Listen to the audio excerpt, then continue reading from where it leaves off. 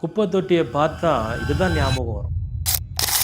ஒரு ஆள் மிகுந்த கடன் பிரச்சனைனால மன உளைச்சல் ஆயிட்டு கடைசியில் மரணம் தான் எனக்கு முடிவுன்னு சொல்லிட்டு தீர்மானம் பண்ணி காலையில் அவர் மொட்டை மாடிக்கு போனார்.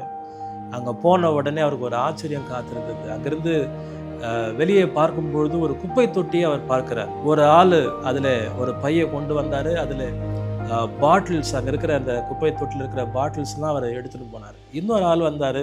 அதில் இருக்கிற பிளாஸ்டிக் எல்லாம் வந்துட்டு எடுத்து பையில் போட்டு கொண்டு போனார்.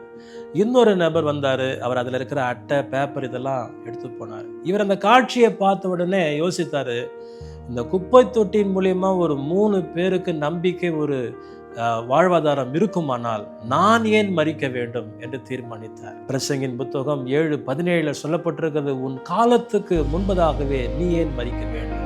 இந்த வார்த்தை கேட்கிற நீங்கள் ஒருவேளை மன உளைச்சல்ல, பலவிதமான பிரச்சனையில, போராட்டத்துல, கடன் பிரச்சனையில இருப்பில்லானால் கர்த்தருடைய வார்த்தை சொல்லுகிறது, உங்களுக்காகவே ஆண்டவர் கல்வாரியிலே மரித்தார் நீங்கள் வாழ்வதற்காக. கர்த்தர் உங்களை வாழ வைப்பார். நம்பிக்கையோடு இருங்க. God bless you. கர்த்தர் உங்களை ஆசீர்வதிப்பார்.